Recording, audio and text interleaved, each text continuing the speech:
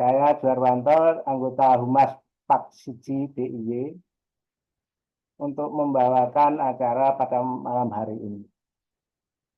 Mudah-mudahan acara 1,5 jam dari jam 19.30 lebih 40 sekarang, nanti sampai jam 21 bisa berjalan lancar. Untuk itu, mari kita awali dengan berdoa lebih dahulu, seraya menundukkan kepala. Berdoa mulai.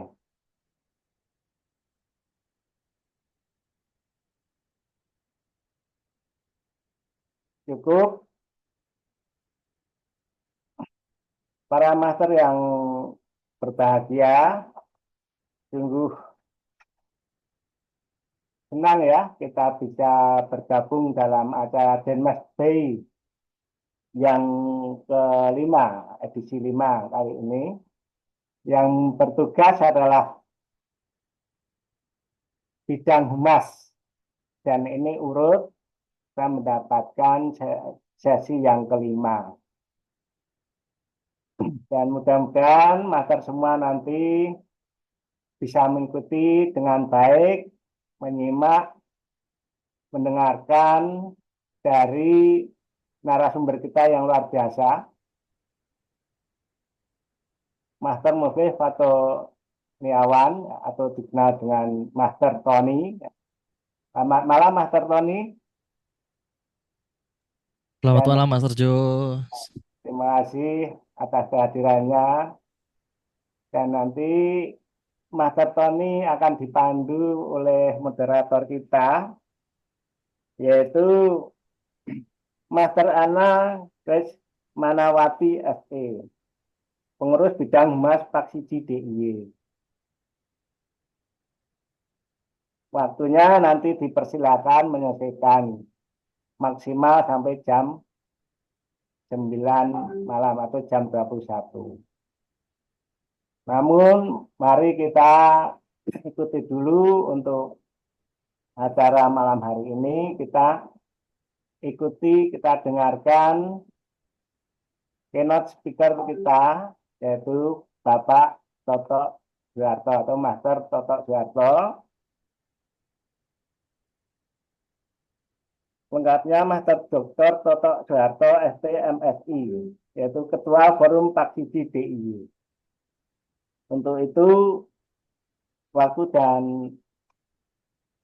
tempat kita persilakan kepada Master Toto. Monggo Master Toto untuk keynote speaker-nya.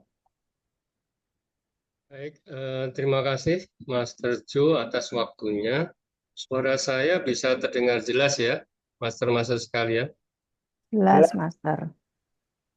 Oke, terima kasih. Bismillahirrahmanirrahim. Assalamualaikum warahmatullahi wabarakatuh. Waalaikumsalam warahmatullahi wabarakatuh. Waalaikumsalam warahmatullahi wabarakatuh. Oke, Master apa kabar? Master siap bereaksi, jujur, kompeten, berdaya. Dan ini membuktikan bahwa master-master sekalian betul-betul memberdayakan diri ya, sehingga bisa bertemu kembali di dalam diskusi enak masyarakat berintegritas. Ini ikon Forum Pak Siji ya, harapannya ini bisa tetap terus continue berkelanjutan ya. Oke, sebelumnya terima kasih Master Mufih Fatoniawan, ini konten kreator kita dan ahli talent ini ya.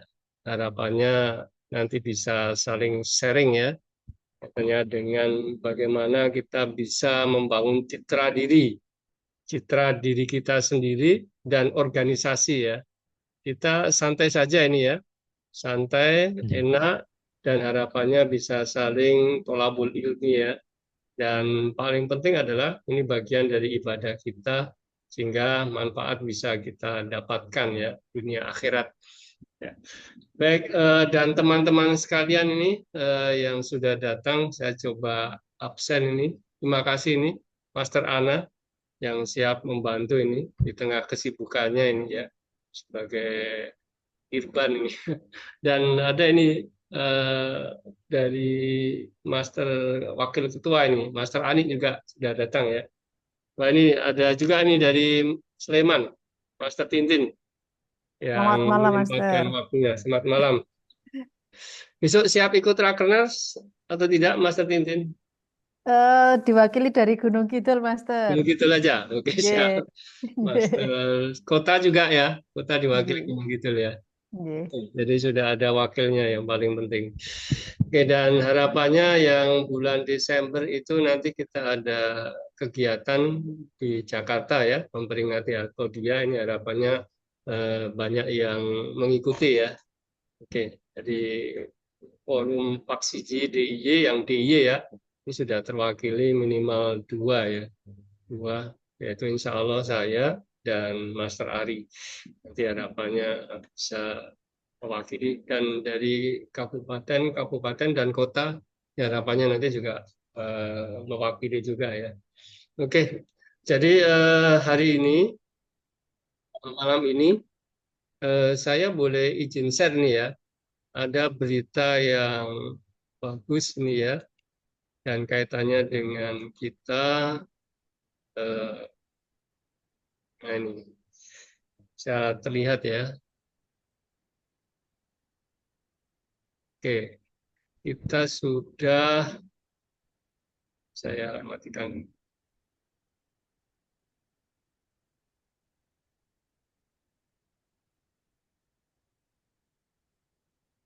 Kita sudah mendapatkan SK dari Gubernur DIY ini yang baru ya. Alhamdulillah, tadi siang saya mendapatkan informasi bahwa SK sudah selesai ya. SK sudah jadi. Oke. Nah ini SK kita yang baru.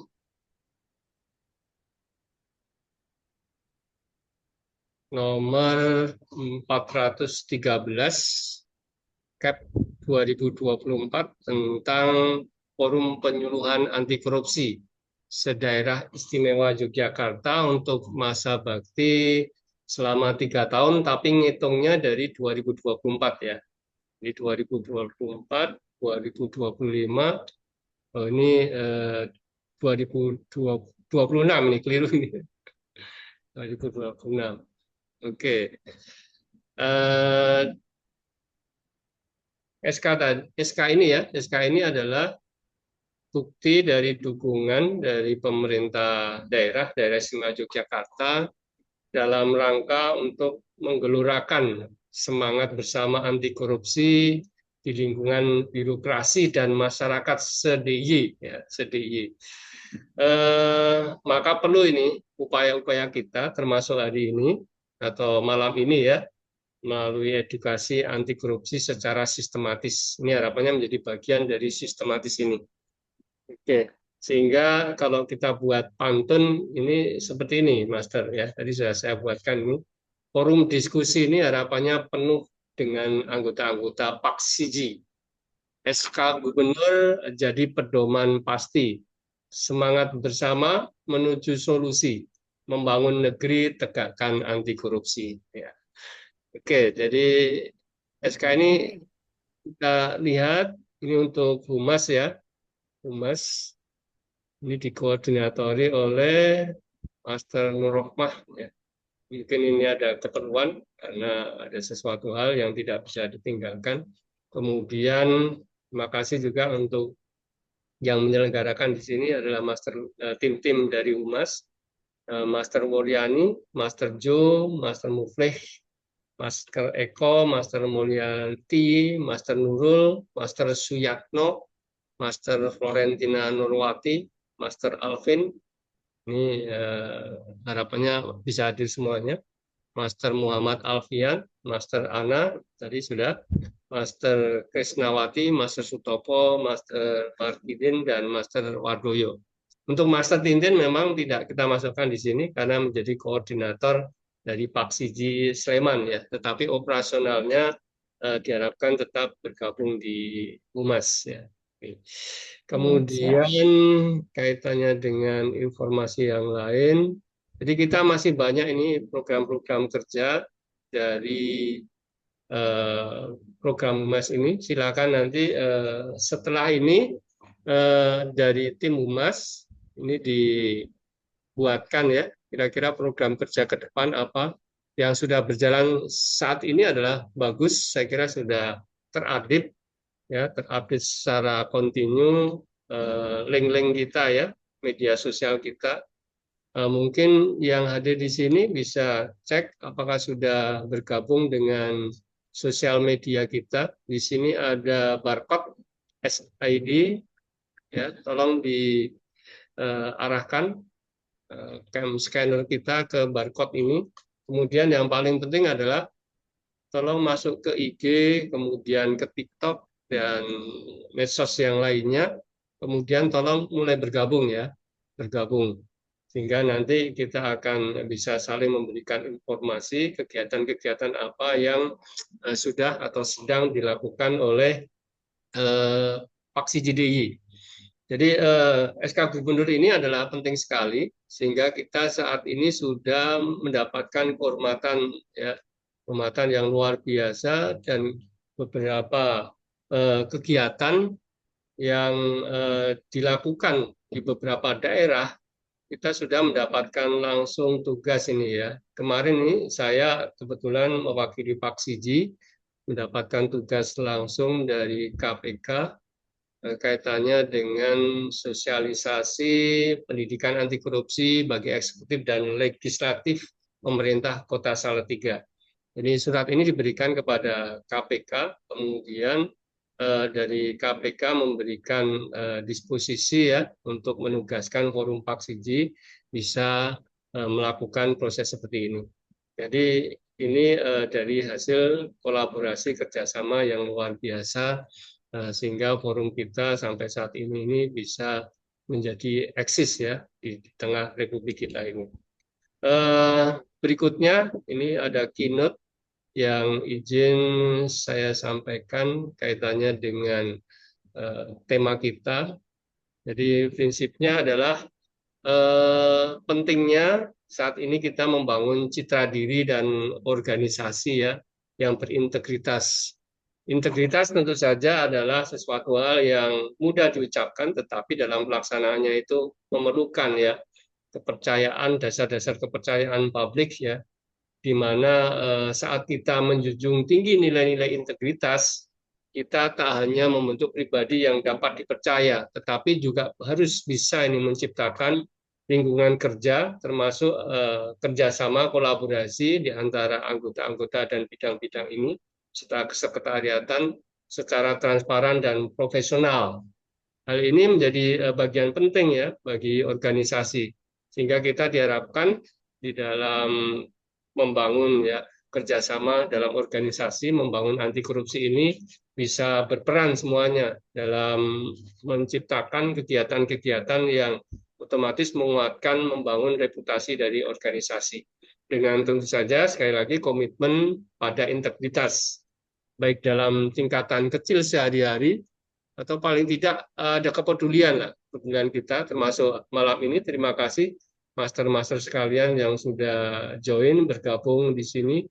Ini informasi ini saya sampaikan juga ke WAK Nasional, para ketua forum penyuluh anti korupsi dan ahli pembangun integritas di seluruh Indonesia. Terima kasih yang hadir, mohon maaf tidak bisa saya sebutkan satu persatu, sehingga dengan kepedulian kita malam hari ini menjadi bukti bahwa kita sudah berkontribusi dalam kegiatan-kegiatan ini, sehingga itu menjadi manfaat dari apa yang bisa kita lakukan hari ini. Nah, harapannya organisasi kita ini bisa menjadi panutan melalui keteladanan dan konsistensi. Termasuk acara ini memang kita desain 1 bulan sekali, sehingga harapannya bulan depan itu bulan November, ini kalau tidak salah ini urutannya bagian kesekretariatan ya. Nah nanti siap-siap dari kesekretariatan, Master Ani nanti akan mengomando kita semuanya, sehingga ini akan lebih jalan lancar lagi dengan substansi-substansi yang nanti kita akan diskusikan atau tentukan bersama. Sehingga yang paling penting kita bisa membentuk budaya anti korupsi yang kuat dan positif. Sekali lagi, marilah kita bersama-sama membangun citra diri dan organisasi yang berintegritas demi masa depan yang lebih baik dan penuh kepercayaan. Kita akhiri dengan pantun, ke Jogja kita datang berbakti, Forum Pak Cakep. Sidi membangun negeri. Bersama kita jaga integritas tinggi, semangat anti korupsi, bersihkan bumi pertiwi. Saya kira itu, mohon maaf kalau ada hal-hal yang salah atau kurang dalam keynote saya ini. Tak lebih dan kurangnya, semua kesalahan adalah dari diri atau keterbatasan saya. Dan terima kasih sekali lagi atas bergabungnya Bapak Ibu sekalian. Dan kita akhiri dengan wassalamualaikum warahmatullahi wabarakatuh. Waalaikumsalam. Saya kembalikan ke Master Jo. Baik, terima kasih diucapkan kepada Master Toto yang telah memberikan keynote speaker-nya yang luar biasa. Informasi bahwa SK sudah turun ya menjadi landasan kita untuk bergerak ya. Terima kasih Master Toto. Dorongannya yang luar biasa kepada organisasi atau forum Paksiji, teman-teman merasa apa ya, termotivasi luar biasa Master Toto, kita ucapkan dengan baik. Untuk selanjutnya, untuk menyingkat waktu, acara inti diskusi dengan tema membangun citra diri dan organisasi yang berintegritas. Bagi narasumber sudah siap, luar biasa Master Muhlih Fatoniawan. Nanti bisa diperkenalkan oleh moderator atau memperkenalkan diri lebih lanjut. Untuk itu waktu saya serahkan kepada moderator kita, Master Ana Krismanawati SE, pengurus bidang Humas Paksiji DIY, untuk memandu acara diskusi kita malam hari ini. Sampai maksimal nanti jam 9, tapi nanti ada mungkin sesi diskusi atau tanya jawab. Dipersilakan untuk mengaturnya lebih lanjut. Itu waktu diskusi dan penyampaian materi saya persilakan untuk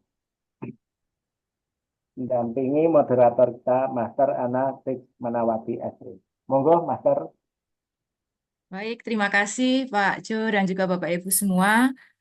Tak lupa saya mengucapkan salam kepada Bapak Ketua Forum Pak Siji, kemudian juga Bapak Ibu semua yang tidak dapat kami sebutkan satu persatu. Terima kasih sudah bergabung. Malam ini perkenankan saya Ana Krismanawati akan memandu jalannya diskusi terkait episode ke-5. Baik, sebelumnya mungkin saya akan perkenalkan narsum kita yang luar biasa, Master Muflih Fatoniawan. Seorang yang luar biasa. Beliau adalah penyuluh anti korupsi Madya, kemudian ahli pembangun integritas, seorang career consultant, talent mapping practitioner, kemudian juga terlibat menjadi tim kurikulum pelatihan integritas KPK, kemudian fasilitator pelatihan integritas dan anti korupsi, sekaligus juga Ketua Yayasan Sekolah Alam Yogyakarta. Dan juga pernah menjadi PNS ya, Master, selama 10 tahun. Nggih. Baik, secara ringkas mungkin saya akan menyampaikan sedikit terkait integritas. Integritas memang merupakan kata yang sangat penting, namun sayangnya salah satu kata juga yang sering disalahpahami dan disalahgunakan dalam organisasi. Namun untuk membangun citra organisasi yang positif dan berintegritas, beberapa unsur utama perlu diterapkan secara konsisten, yaitu eh, kepemimpinan yang berintegritas, budaya organisasi yang kuat dan positif, transparansi dan akuntabilitas. Selanjutnya adalah kepatuhan terhadap hukum dan regulasi, juga kepedulian terhadap kepentingan stakeholder, komitmen terhadap inovasi dan perbaruan berkelanjutan, tanggung jawab sosial, dan juga komunikasi yang terbuka dan konsisten. Mungkin untuk lebih jelasnya nanti akan disampaikan oleh narsum yang hebat, Mr. Mufli Fatuniawan, mungkin dengan waktu sekitar 40 sampai 50 menit ke depan akan disampaikan oleh Master Mufli. Baik, waktu sepenuhnya kami berikan kepada Master Mufli untuk bisa menyampaikan paparan materinya. Dipersilakan Master Mufli. Baik, terima kasih Master Ana. Insya Allah. Bismillahirrahmanirrahim. Sebentar. Oke. Assalamualaikum warahmatullahi wabarakatuh. Semangat pagi teman-teman semuanya, rekan-rekan. Pagi. Luar Masya biasa. Allah. Biasa. Meskipun malam, semangatnya tetap semangat pagi. Alhamdulillahirrahmanirrahim.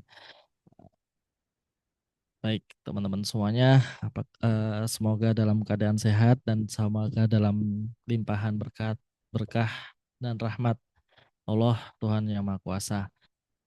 Baik, alhamdulillahirrahmanirrahim. Pada malam hari ini tanggal 29 Oktober 2024 ya, masih bertemakan semangat Sumpah Pemuda ya. Alhamdulillah, kok ya dipilih narasumbernya yang relatif bukan muda sebenarnya ya. Mungkin tapi kalau mungkin dari teman-teman rekan-rekan penyuluh anti korupsi di Jogja, sepertinya memang nantinya mungkin perlu regenerasi yang muda-muda, Pak Toto, Pak Ketua Toto. Karena kayaknya perlu teman saya ya, apalagi yang lebih mudah-mudahan sih paling muda nanti sebenarnya. lagi lah. Mungkin karena dekat dengan Sumpah Pemuda, akhirnya ini dipilih narasumbernya saya, dan topik yang akan dibicarakan juga mungkin juga hal-hal yang terkait kekinian, terkait teknologi masa kini gitu ya. Tapi harapannya mudah-mudahan ada terus-menerus regenerasi, dan mudah-mudahan sih ke depannya sahabat integritas Jogja Pak Siji ini akan bertambah juga teman-teman yang muda. Pada malam hari ini saya izin sharing teman-teman semuanya, rekan-rekan semuanya, terkait citra diri dan instansi berintegritas. Jadi sebenarnya ada hal yang menarik yang perlu saya sharing di sini, dan perlu saya kemarin waktu ngobrol-ngobrol sama teman-teman dan Bu Heni dan rekan-rekan Humas, sepertinya ini topik yang cukup perlu untuk disampaikan gitu ya. Terima kasih Bu Ana tadi sudah menjelaskan. Mungkin teman-teman sudah tahu bahwa ya saya tuh di Jogja 1 tahun ini. Mulai masuk Jogja 2023, saya berdomisili di Sleman, Yogyakarta, tepatnya di Denggung, jadi mungkin dekat dengan kantornya Bu Tintin ya. Saya di Beran Kidul, jadi kalau Bu Tintin kompleks kantornya ada di Beran Lor, saya di Beran Kidulnya gitu. Iya, ini pesertanya juga banyak dari Pemda. Wah, Masya Allah, selamat malam teman-teman dari Inspektorat. Saya alumni SN ya, seperti yang diceritakan Bu Ana. Saya memilih untuk keluar dan memilih untuk profesional bekerja sebagai karir konsultan dan memilih tinggal di Jogja karena sebenarnya ingin menyekolahkan anak saya di Sekolah Alam Yogyakarta gitu. Karena melihat bahwa kayaknya saya dari Jakarta ya, terakhir dinas di Jakarta sekitar 4 tahunan, 5 tahunan di Jakarta, kemudian merasa penat betul di Jakarta, merasa Jakarta gak cocok dengan saya. Akhirnya saya ternyata menemukan Sekolah yang Alam Yogyakarta yang kebetulan sebenarnya cocok dengan visi keluarga kami. Kemudian saya memutuskan pindah ya. Pindah itu semuanya akhirnya. Ya pindah pekerjaannya, pindah profesinya. Kemudian alhamdulillah pindah lokasinya dan alhamdulillah sejauh ini tinggal di Sleman sangat menyenangkan, sangat menenangkan dan sangat ya homey lah ya. Homey itu apa ya? Istilahnya kerasan gitu. Gitu, teman-teman semuanya. Kemudian mungkin dari 2021 saya terlibat aktif 2020 sebenarnya terlibat aktif di fasilitator pelatihan pelopor waktu itu sorry calon penyuluh anti korupsi 2020. Kemudian 2021 saya diminta untuk bergabung dengan tim kurikulum pelatihan integritas untuk eselon 2 dan 3 di beberapa kementerian. eh, ada beberapa kementerian di sini, ada Kementerian KKP, ESDM, PUPR, Kominfo juga pernah dan lain-lain.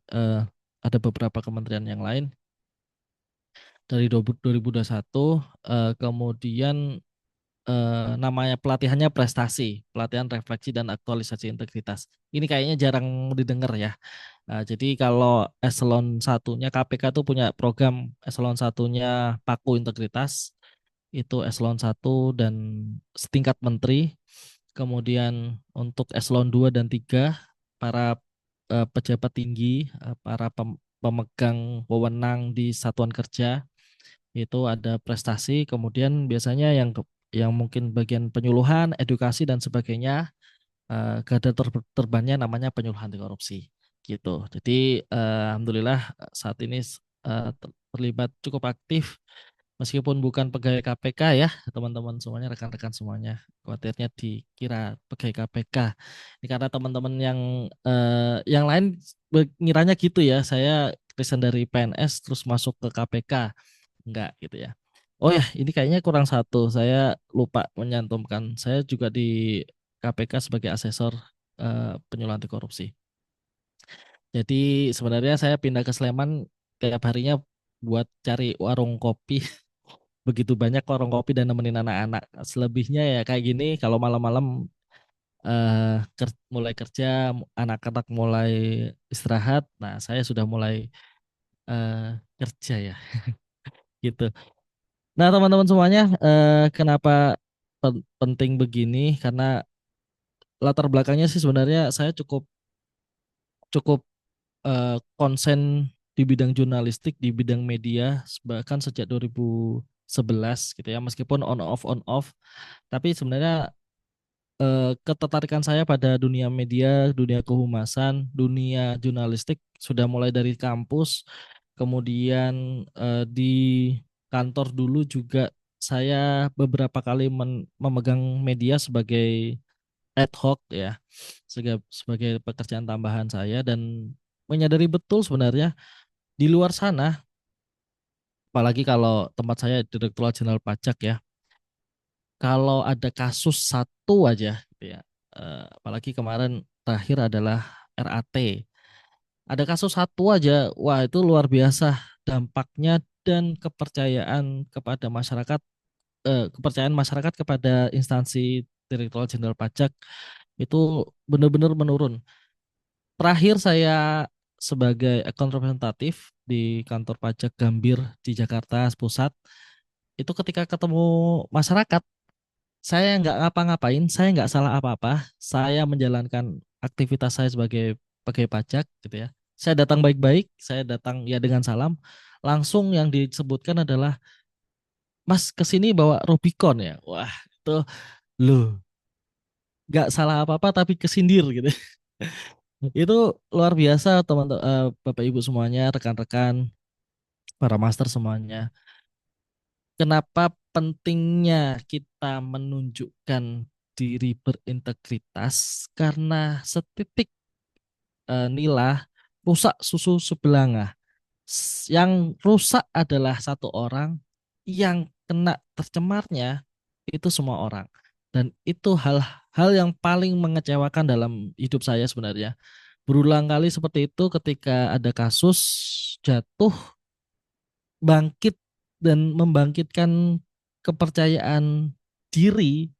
Ini belum ngomongin instansi ya. Kepercayaan diri bahwa saya itu masih bekerja di instansi yang benar kok.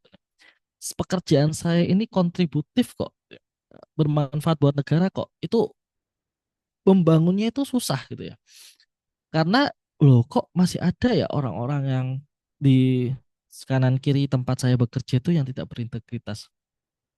Faktanya demikian, Bapak Ibu semuanya.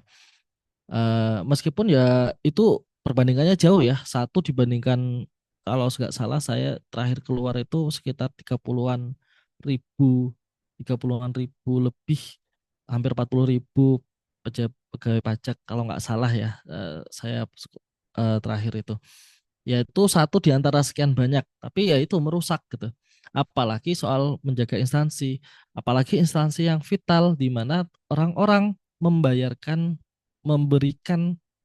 sebagian penghasilannya kepada negara, dititipkan untuk membangun negara. Nah, tapi ternyata yang di framing, yang terlihat oleh masyarakat adalah uangnya yang dititipkan untuk pembangunan negara dikorupsi. Nah, makanya itu sebenarnya soal berintegritas ini kita sebenarnya akan berhadapan dengan isu-isu yang benar-benar sangat santer, apalagi di dunia sekarang, di dunia internet yang semakin masif, teknologinya semakin mudah, kemudian akses informasinya cepat, berita jeleknya begitu cepat gitu ya. Dan kita harus benar-benar mengcounter itu gitu. Makanya kita sebenarnya nggak apa-apa lah ya gitu ya. Kita sebenarnya membangun citra diri dan bahkan citra instansi kita untuk berintegritas. Dua hal ini penting untuk saya bawa, diri dan instansi. Dua hal ini tidak akan terlepas, bahkan misalkan Bapak Ibu yang mungkin masih bekerja di instansi, bahkan saya pun yang saat ini bekerja sebagai profesional pun tetap harus menjaga namanya citra gitu ya. Namanya citra, bukan pencitraan gitu ya. Gitu. Ini nanti saya akan bahas. Di 2014 itu makanya muncul pencitraan dan muncul kayaknya di musim-musim kampanye dulu lah ya. Itu benar-benar muncul istilah pencitraan dan sebagainya. Padahal sebenarnya pencitraan itu ya bagian dari membangun branding dan membangun trust publik kepada kita gitu. Masalahnya ada beberapa citra yang dibuat-buat, yang tidak berintegritas, tidak sesuai dengan aslinya, tidak sesuai dengan, ya tidak jujur apa adanya. Nah, kita akan bahas di malam ini, mudah-mudahan waktunya pas. Silahkan Bapak Ibu, kita interaksi di chat Zoom. Mudah-mudahan teman-teman berkenan. Silahkan tulis di kolom chat. Apakah teman-teman menggunakan media sosial? Silahkan tulis iya jika teman-teman rekan-rekan menggunakan media sosial, atau tidak jika tidak aktif ternyata di media sosial. Dicek dulu. Wah, hampir semua aktif nggih. Oke, alhamdulillah. Oke, alhamdulillah. Berarti malam hari ini, oke, alhamdulillah, materinya relate dengan teman-teman. Gitu. Kalau tidak berkaitan dengan media sosial, bisa jadi ya mungkin Bapak Ibu, rekan-rekan, para master di sini tidak perlu membangun branding di media sosial, di media digital dan sebagainya. Gitu. Yang susah memang membangun branding di media digital gitu ya. Susah dan gampang gitu ya sebenarnya. Kalau kalau di rumah tangga, di rumah, di masyarakat, di lingkungan RT, RW, gitu ya, sekitar kita, patuguhan dan sebagainya, gampang membangun media sosial ya. Kita tunjukkan keaktifan kita ke masyarakat, bagaimana kita serawung itu apa ya, bersosialisasi dengan masyarakat sekitar gitu ya. Tapi kalau media sosial itu gampang banget dibolak-balikkan, di framing dan sebagainya. Oleh karena itu, makanya ini eh, menjadi bahasan yang cukup relate dengan Bapak Ibu semuanya. Berikutnya, sosial media apa atau media sosial apa yang aktif Anda gunakan? Ada beberapa ya, ada mungkin Facebook, Instagram, Twitter, YouTube, kemudian apa lagi? Eh, WhatsApp mungkin gitu ya. Kalau WhatsApp mungkin banyak ya yang sudah aktif gitu. Monggo, silahkan ditulis. Aktifnya di mana? Pak Bu Ana, IG, FBWA, IG, FBWA. Oh, sami ya. Bu Ana, Bu Justina. Oke, WA, FG, IG, Facebook. Mm-mm. Sip, berarti ada kesamaan. Sip. IG, FB, Pak Toto, FB, IG, WA, dan sebagainya. Siap. Ada yang YouTube? Masya Allah, Bu Yen, Bu Heni, YouTube. Ye. Nah, kita lanjut pertanyaan berikutnya. Dari media sosial yang digunakan, dibuat untuk apa? Waktu luang saja, misalkan ya kalau ada yang TikTok boleh ya, nggih. Kalau mau ada yang pakai TikTok lah kan, Bu Justina ada pakai TikTok. Nah, apa pakai scroll-scroll saja atau sudah masuk ke memberi edukasi atau masih iseng-iseng bikin konten atau sudah mulai membranding diri gitu ya. Fokus misalkan IG saya itu untuk kegiatan-kegiatan saya di bidang penyuluhan anti korupsi misalkan begitu, atau IG saya untuk eh, aktivitas saya di kantor gitu ya, gitu bisa ada dan banyak ya contohnya. Misalkan beberapa pejabat-pejabat saat ini memanfaatkan media sosialnya untuk mengunggah aktivitas yang dilakukan di kantornya yang berkaitan dengan pekerjaan sehari-hari, dan itu banyak ya yang suka gitu. Contoh lain kalau nggak pejabat, misalkan ada YouTuber namanya Vincent Raditya, mungkin Bapak Ibu tahu, dia mengunggah bagaimana dia menerbangkan sebuah pesawat pilot. eh, Beliau adalah kalau nggak salah pilotnya Land Group gitu ya, dan lain sebagainya. Banyak beberapa aktivitas-aktivitas pekerjaan yang dia unggah gitu. Mengikuti informasi update waktu luang iseng ya. Iseng unggah kegiatan waktu luang belanja. Masya Allah sampai belanja. Ya benar-benar. Ini yang kalau yang jualan ada yang sampai jualan update informasi scroll-scroll. Oke. Oke, kita teruskan. Alasan untuk posting konten tersebut apa? Gitu. Jadi alasannya kenapa? Misalkan kalau mau tadi unggah kegiatan, nah untuk apa? Gitu. Kalau isengnya itu apa? Apa ya membunuh waktu luang saja gitu ya? Oh, Masya Allah, sudah ada yang aktivitas kerja, dokumentasi kegiatan dan sebagainya. Ya, oke, sip. Saya sejak 2000, saya lupa ya, sejak 2020-an lah. 2020-an saya dari Instagram saya itu awalnya untuk kegiatan keluarga. Jadi misalkan kalau sama keluarga main kemana, diupload dan sebagainya. Ada yang mungkin teman-teman kayak gitu. Tuh, nggak apa-apa kalau memang mau begitu ya. Memang diperuntukkan begitu. Tapi setelah 2020-an waktu pandemi itu saya memang memfokuskan diri, apalagi didorong sama istri, diupload aja kegiatan-kegiatan yang berupa penyuluhan, ngajar dan sebagainya itu di media sosial. Kenapa? Karena ternyata kata istri saya, satu untuk mengingatkan kapan kegiatan saya itu dilakukan. Ini berkaitan sama teman-teman waktu dulu, zaman dulu ada namanya ekskul interaksi, nggak tahu sekarang ya. Nah, saya sudah lama nggak ngisi sebenarnya. Itu untuk melaporkan aktivitas penyuluhan. Jadi saya kadang-kadang kan lupa penyuluhannya kapan dan di mana. Dan biasanya kalau melakukan penyuluhan anti korupsi, saya upload di Instagram dan sebagainya. Dan itu ternyata nggak sengaja itu ternyata membangun branding saya sebagai eh, ya benar-benar penyuluh anti korupsi gitu ya.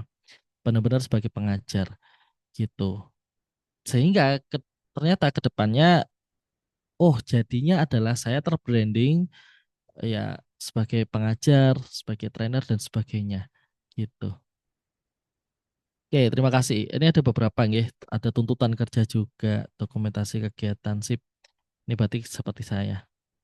Nah, monggo teman-teman kalau mau sharing media sosialnya silahkan. IG-nya apa, TikTok-nya apa, Facebook-nya apa, biar kita saling follow gitu. Monggo sambil ditulis ya. Jadi di sini nanti kalau yang belum ada yang belum saling follow, monggo saling follow aja. Biar sama-sama memeriahkan. Oh ternyata ada kegiatan Bu Ana di tempatnya yang kegiatan penyuluhan korupsi. Nah ternyata belum kita kan nggak sama-sama saling tahu ya. Kita bisa saling support gitu nanti ke depannya. Kita mulai dari sini. Yeah. Sambil ditulis nggak apa-apa. Apakah penceritaan itu boleh? Ada yang mau menjawab, monggo ditulis di kolom komentar. Pencitraan itu boleh enggak? Pada dasarnya, gitu.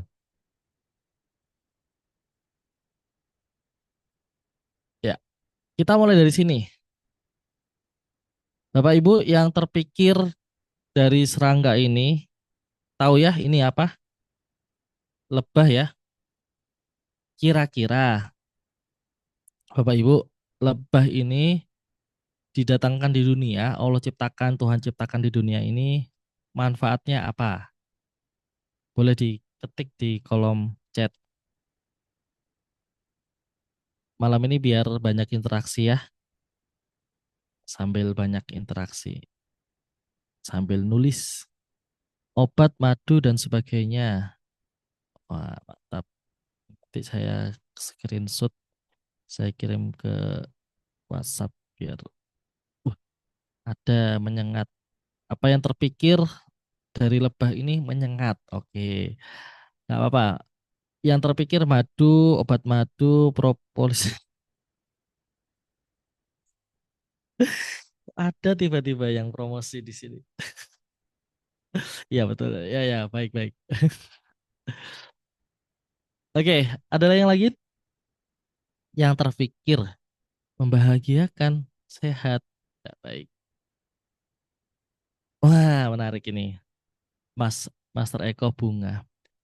Faktanya, faktanya adalah lebah ini fungsi utama di alam itu sebenarnya sebagai penyerbuk tanaman. Bapak Ibu semuanya. Madu itu adalah ya mereka mencari sari madu dari bunga-bunga dan sebenarnya diciptakan lebah ini pada dasarnya itu pembantunya untuk lebih banyak ke proses penyerbukan gitu. Adapun madu sebenarnya itu sebenarnya pasokan dari tanam makanannya gitu ya. Sehingga tapi kita konsumsi gitu ya. Gitu. Dan ya mungkin beberapa orang melakukan peternakan madu dan sebagainya, memelihara lebah memang untuk diambil madunya gitu. Tapi pada dasarnya di peternakan lebah itu diciptakan ekosistemnya, diciptakan misalkan pohon kelengkeng di dekat sana, pohon rambutan di dekat sana dan sebagainya. Itu untuk agar dia bisa menemukan sari madu di bunga gitu, sehingga dia si tanaman ini bisa terbantu penyerbukannya.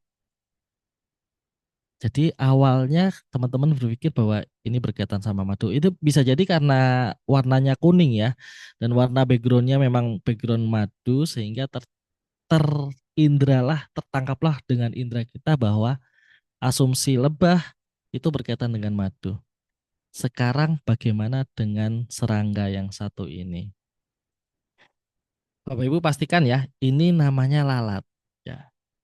Apa yang terpikir ketika Bapak Ibu ketemu dengan lalat?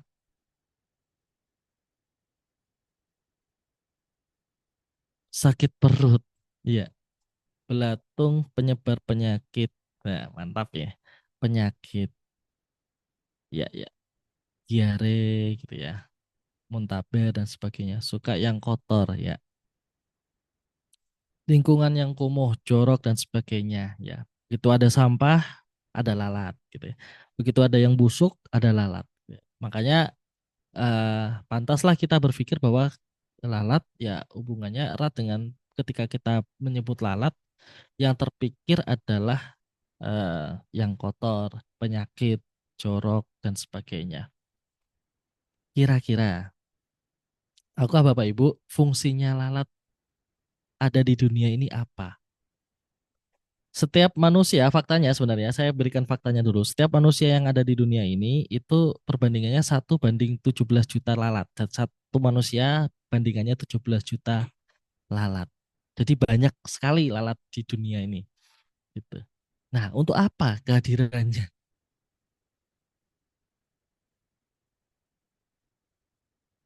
Ini faktanya, di dunia banyak sekali lalat dan kita tidak pernah, Pastor Eko sudah menyampaikan, mereka hadir di dunia untuk membantu pembusukan, mengurai sampah, membantu penyerbukan pada beberapa tumbuhan juga, gitu. Sama halnya dengan si si lebah. Apalagi kalau aroma dari bunganya itu tidak terlalu enak gitu ya. Bahkan sebagai predator atau mangsa gitu ya, beberapa jenis lalat gitu. Tapi yang penting adalah nomor satu, gitu ya, pengurai sampah. Dan yang kita lihat gitu ya, kalau ketika teman-teman rekan-rekan tadi saya minta untuk menyebutkan apa yang terfikir oleh ketika melihat gambar ini, yang terfikir kan pertama kalinya adalah joroknya, sampahnya, kotorannya, penyakitnya dan sebagainya. Kita lupa hal-hal yang baik yang sebenarnya ada pada hewan lalat ini. Dan memang dia diciptakan di dunia ini untuk mengurai sampah. Konon katanya gitu ya. Tapi ini benar sih. Kalau kalau lalat itu tidak ada di dunia, maka sampah tidak akan pernah terurai, hal-hal yang busuk, bukan hal-hal yang busuk ya. Eh, eh, Sesuatu yang busuk gitu ya, misalkan ya sampah, kemudian bangkai-bangkai makanan, bangkai binatang dan sebagainya. Belum, kalau tidak ada lalat, tidak pernah terurai dan kita tidak pernah bisa hidup di dunia. Itulah yang dinamakan persepsi. Ya. Kita dengan nanti kita akan ada kenapa ini kita bisa terbentuk, kenapa kok kita bisa mengasumsikan ketika melihat lalat eh, kotoran. Kenapa kita melihat lebah itu madu? Persepsi adalah tanggapan atau penerimaan dari sesuatu. Ini KBBI-nya. Atau sesuatu proses orang mengetahui beberapa hal melalui panca inderanya. Jadi yang diserap oleh panca indera kita itulah persepsi. Dan persepsi ini sebenarnya membangun sebuah citra. Jadi kalau persepsi ini ada unsur pembentuknya ya, kita akan sampaikan nanti, termasuk beberapa pengalaman teman-teman, pengalaman kalau lalat itu membuat sakit, kemudian kita tahu dan pengetahuan kita bahwa lebah itu menghasilkan madu, membentuk sebuah persepsi, ya, membentuk sebuah persepsi. Oh, kalau kita makan sesuatu yang dihinggapi lalat akan sakit, akan munculkan persepsi. Dan itu akan membuat sebuah citra. Citra itu gambaran. Bahkan misalkan ada orang yang misalkan saya belum pernah sama sekali memakan makanan yang misalkan dihinggapi lalat dan belum pernah sakit karena lalat ya. Tapi karena dipersepsikan seperti itu, banyak orang yang bilang seperti itu dan nyatanya mungkin seperti itu.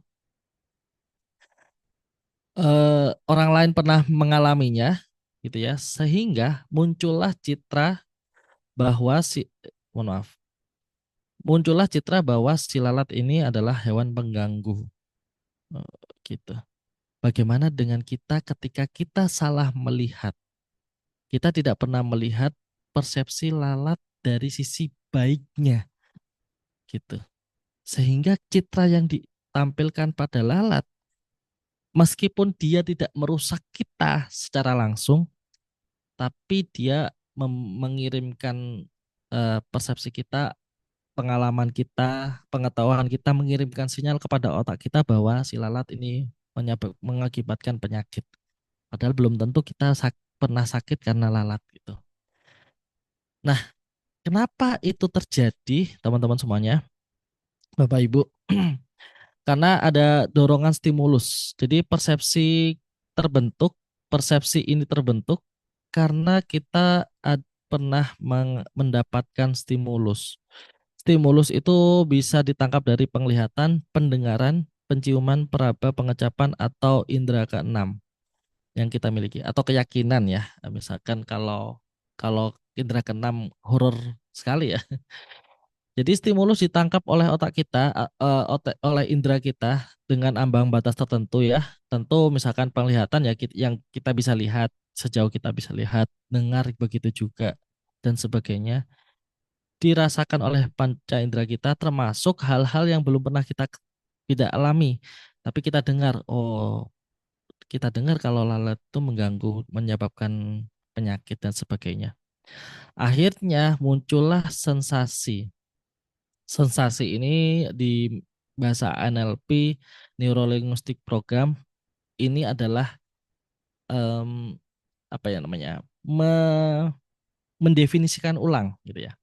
Jadi aslinya sebenarnya kita tidak pernah mengalami langsung, tapi otak kita karena ada ini, dia akan mendapatkan merecall lagi eh, ingatan, kompetensi, pengetahuan dan sebagainya, kemudian membentuk sebuah persepsi. Jadi apapun yang terjadi di sini ketika teman-teman pernah mengetahuinya, rekan-rekan pernah melihat bahwa ada yang madu itu dihasilkan dari lebah. Berarti lebah bermanfaat karena saya punya sakit dan terapi madu gitu. Atau orang lain ternyata membuat terapi madu, kemudian saya mendengar itu, kemudian langsung mengasumsikan bahwa lebah itu makhluk yang membawa kesehatan dan sebagainya. Gitu. Itu terjadi juga ketika kita mendapatkan persepsi yang jelek gitu atau buruk gitu ya. Seperti yang kita dapatkan ketika kita mempersepsikan lalat tadi. Sehingga muncullah persepsi visual dan individual. Nah, persepsi yang ya terasa, dilihat, diimajinasikan dan terpersepsi kepada si objeknya atau individualnya gitu. Nah, beberapa proses terbentuknya persepsi individual gitu ya, persepsi kepada individu, diri dan sebagainya itu karena terjadinya stereotip gitu. Stereotip ya. Menangkap kesan pertama terhadap sebuah objek gitu ya.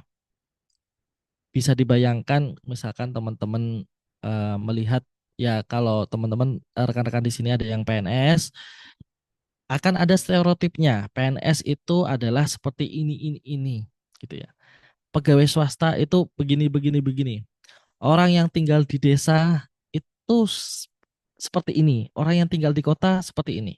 Jadi ada stereotip kesan pertama meskipun belum mengenal, tapi misalkan orang yang cemberut dengan orang yang senyum, itu kan memunculkan kesan pertama dan itu sudah membuat definisi awal eh, tertangkap oleh indera, terlihat atau dan diri merecall atau memanggil ingatan kita. Kemudian implicit personality theory individu memberikan konsep atau kategori sesuai dengan kesan yang mereka tangkap. Akhirnya kemudian di-recall, ingat kalau seperti ini eh, apa ya yang tertangkap dengan kita gitu. Lalu kemudian atribusi memberikan kesimpulan terhadap maksud atau sifat suatu objek gitu. Jadi misalkan pada awalnya kalau dilihat bahwa eh, saya ngobrol dengan yang pernah terjadi ke saya aja ya gitu ya. Pada dasarnya awalnya ya stereotipnya ya orang pajak gitu ya. Orang pajak ya orang yang sama kayak oknum-oknum sebelumnya. Padahal ya ada ribuan gitu ya. Diberikan stereotip gitu. Meskipun kalau teman-teman mengenal beberapa orang pajak ya nggak kayak gitu. Nah, proses memberikan kesan berikutnya itu di bagian personality theory, kemudian teman-teman sempat ngobrol, kemudian sempat bertukar diskusi, bertukar pikiran, akhirnya memberikan kesimpulan. Oh, Mas Tony itu bukan pakai pajak seperti yang saya pikirkan sebelumnya, di mana di 2007 misalkan ada kasus besar dan sebagainya. Oh, nggak seperti itu ya, nggak semua pegawai. Nah, inilah yang kita akan bangun gitu ya. Nggak semua seperti itu ya. Oh, ada hal-hal baik ya. Kita berusaha untuk mengangkat hal yang baiknya itu ke permukaan. Ya sama kayak lalat gitu ya. Kalau kita memandang ya sejauh kita memandang lalat itu kotor dan menyebalkan, ya kita mungkin merasa bahwa keberadaan dia ya mengganggu gitu ya. Ya mungkin kalau mengganggu dia datang berarti ya ada sesuatu yang kotor gitu ya di rumah kita. Berarti ini yang perlu dibersihkan gitu ya. Atau bagi dia ya itu bagi lalat yang didatanginya adalah yang busuk gitu. Makanya yang penting adalah kita bagaimana mengangkat hal-hal yang baik yang dimiliki oleh individu, seseorang dan sebagainya sehingga muncullah persepsi kebalikannya bahwa oh ada hal yang baik dan ini yang patut diketahui oleh orang banyak. Nah, oleh karena itu eh, menurut saya gitu ya, yang perlu dibangun juga sesuatu hal yang dekat kaitannya dengan kita, termasuk Bapak Ibu di awal sudah bilang bahwa ya aktif bermedia sosial, termasuk bermedia sosial di media digital ya, baik baik untuk hiburan, ada juga yang sudah memberikan tips edukasi dan sebagainya. Ada beberapa teman-teman rekan-rekan yang mungkin menunjukkan kompetensi, misalkan sudah tersertifikasi ini, itu dan sebagainya. Monggo-monggo aja nggak apa-apa gitu ya. Saya juga melakukan itu gitu ya untuk social proof gitu ya, social proof bahwa saya mampu berkompeten gitu ya. Kemudian bisa juga untuk menunjukkan personal branding, citra diri dan sebagainya. Itu Bapak Ibu sudah sharing tadi gitu ya. Ini Instagram saya gitu ya. Monggo kalau mau follow. Jadi konten-konten kita di publik itu sebenarnya nilai kita, konten kita itu adalah sesuatu hal yang kita sharing di publik gitu ya. Publik nggak bisa kalau kalau akun kita dibiarkan publik ya, maka ya sebenarnya saya menyarankan teman-teman tidak memprivat akunnya. Apalagi kalau akunnya berisi sharing-sharing pengetahuan. Karena saya rasa pengetahuan teman-teman itu sangat berharga, apalagi kalau bisa didengar dengan orang yang banyak rekan-rekan di sini. Makanya kalau saya rasa kalau teman-teman mau ada Instagram yang khusus keluarga, mau di privat, monggo. Tapi kalau kontennya adalah ya kalau tentang terkait keluarga kemudian membangun relasi terhadap keluarga bagaimana, membangun kedekatan dengan anak bagaimana, kemudian dijadikan sharing kepada orang lain, nah itu akan menjadi value, akan menjadi hal baik yang kita bisa munculkan dari diri kita. Gitu. Media sosial merupakan area publik, jadi siapa saja tentu bisa mengakses apa yang kita posting di media sosial, tentu akan berpotensi dilihat banyak orang, bahkan juga orang yang tidak dikenal gitu. Berbahaya atau enggak tentu saja jika salah menggunakannya. Tapi justru punya potensi dari kita punya potensi untuk mencitrakan ya hal-hal yang baik. Sebenarnya mencitrakan ya saya menganggap tadi nulisnya juga menceritakan boleh juga ya, menceritakan hal-hal yang baik, mencitrakan hal-hal yang baik. Gitu. Untuk memusnahkan berita hoax dan pesimisme. Bagaimana kalau teman-teman senantiasa mendengar hal-hal yang kurang baik, kurang berkesan, dan sebagainya di media kita.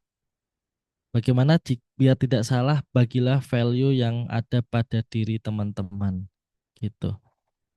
Keyakinan yang dianut oleh dalam kehidupan sehari-hari memandu kita untuk berperilaku, dan di luar kehidupan sehari-hari nilai-nilai ini juga menentukan cara teman-teman menjalani kehidupan bekerja. Nah, beberapa orang menganggap value di publik itu dinamakan personal branding, citra diri di public branding gitu ya, brand. Pembentukan branding sendiri, pembentukan persepsi masyarakat terhadap diri seseorang. Apabila itu berkaitan dengan diri, berarti personal branding. Gitu. Kalau berkaitan dengan instansi, berarti institutional branding gitu ya. Personal branding menunjukkan identitas diri kita, kekhasan, keunikan. Jadi apa yang bedanya dengan yang lain? Dengan orang lain menemukan alasan kenapa sih saya perlu follow Instagramnya Mas Muflih Fatoniawan. Ada apa di sana? Apa yang ingin dibagikan oleh Mas Muflih? Gitu. Personal branding menunjukkan keunggulan dan kekuatan unik kita, gitu ya. Sehingga orang lain tertarik dengan konten yang kita akan bagikan. Dibangun untuk menemukan agar kita menemukan alasan terkuat mengapa saya harus membuat konten, mengapa saya perlu mengedukasi publik dengan kompetensi yang saya miliki, gitu ya. Bapak Ibu, rekan-rekan yang di sini yang sudah kompeten menjadi penyuluh anti korupsi, maka dengan kompetensi sebagai penyuluh anti korupsi, kenapa perlu mengedukasi publik? Mengapa perlu menyuarakan nilai-nilai anti korupsi? Gitu. Bagaimana personal branding unik ini berasal dari keunggulan kita. Nah, kalau saya melihat sendiri memang perjalanan cerita saya, perjalanan karir saya, perjalanan salah karir, perjalanan salah jurusan kuliah, itu menjadi hal yang unik mungkin ya. Mungkin di antara beberapa orang ini akan mungkin nggak banyak yang salah karir selama 10 tahun di kementerian yang katanya eh, cukup besar ya tunjangannya dan sebagainya. Gimana melepaskan diri dari berpindah profesi dan sebagainya. Itu cerita-cerita yang menurut saya keunggulan saya gitu. Yang itu bisa dibagikan ke publik apa yang ingin saya perjuangkan gitu. Nah, bagaimana mengenali keunggulan kita? Teman-teman, rekan-rekan perlu tahu aktivitas produktif yang mudah dilakukan. Gitu. Ya, mungkin menyuluh atau ya melakukan pekerjaan setiap hari atau menulis puisi, berpantun.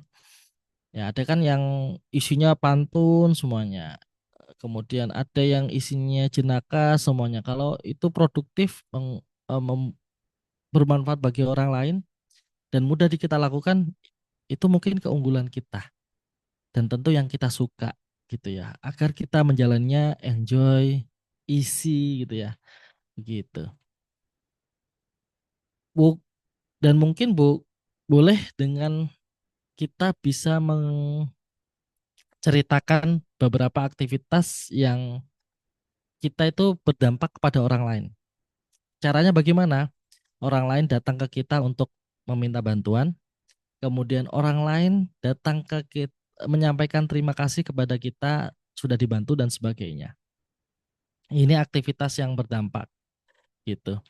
Kemudian aktivitas positif yang menyenangkan atau aktivitas-aktivitas yang lain membagikan kebahagiaan, membagikan keceriaan. dan lain sebagainya, termasuk ilmu yang Bapak Ibu pelajari gitu ya.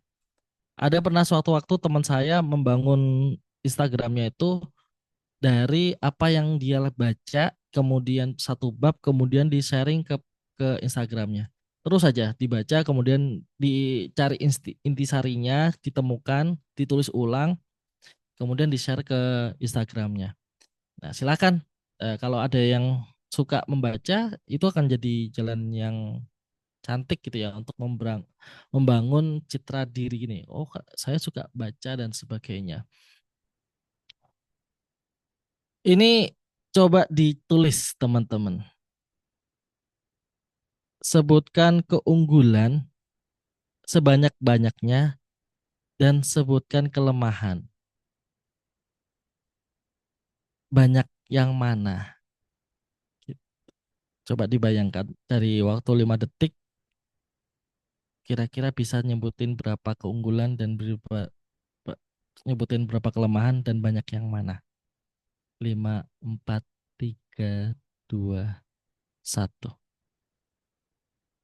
Lebih susah menyebutkan keunggulan atau kelemahan?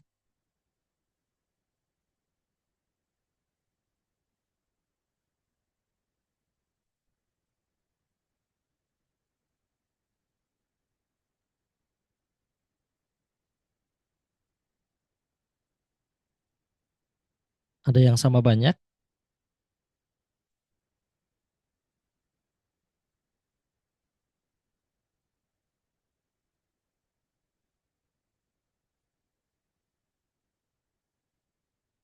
Belum ada yang merespon ya. Di beberapa kesempatan ternyata ini disebutkan teman-teman, wah, suka bergaul, rajin, kerja keras, berarti banyak keunggulannya ya. Alhamdulillah kalau gitu. Bu, mana tadi? Bu Mulyati. Di beberapa kesempatan saya mendapati ya, ini nggak tahu nih di teman-teman di rekan-rekan ini. Tapi saya mendapati di beberapa kesempatan di sini banyak yang lebih banyak menyebutkan kelemahannya gitu. Ini terjadi karena negativity bias gitu. Orang cenderung lebih banyak eh, menilai dari defisitnya, dari defisit approach-nya, kurangnya apa dibandingkan terbiasa mencari keunggulannya apa gitu ya. Karena mungkin ya dari dulu kita diajarkannya seperti itu gitu ya. Di dalam kurikulum pendidikan kita dulu dilihat bahwa anak yang tidak lulus standar kompetensi nilai tertentu misalkan itu sudah dianggap kelemah sehingga orang tua, guru berusaha untuk memberi porsi belajar yang lebih banyak kepada pelajaran-pelajaran itu yang justru bisa jadi itu memang kelemahan dia gitu ya. Misalkan tidak suka matematika, bingung dengan matematika, memang daya analitikalnya rendah. Sehingga yang muncul adalah kelemahan-kelemahan yang dia pikirkan. Padahal sebenarnya di sisi lain anak tersebut bisa jadi suka bahasa Indonesia, suka bahasa Inggris, suka geografi, suka sosiologi dan sebagainya. Ilmu-ilmu sosial suka gitu. Tapi karena kelemahan ini gitu ya, sehingga kita terdefinisi bahwa yang lemah ini ya kita harus tingkatkan gitu ya. Nah, padahal sebenarnya penting untuk kita mencari keunggulan kita dan akan fokus di situ gitu ya. Oke. Kenapa kelemahan ini atau kekurangan ini sangat gampang ditemui gitu ya? Karena memang pada dasarnya berita populer yang kita amati di sini, ini detik yang tadi sore saya screenshot, ada beberapa berita yang tone tone itu nadanya ya atau caranya memframing itu dengan kata-kata atau diksi yang memang lemah gitu, frustasi, tak hadiri mediasi, tak murah. Jadi ada beberapa kalimat diksi-diksi yang negatif, negasi sifatnya, tidak dan sebagainya. Dan ini cukup menarik dan ini buktinya populer.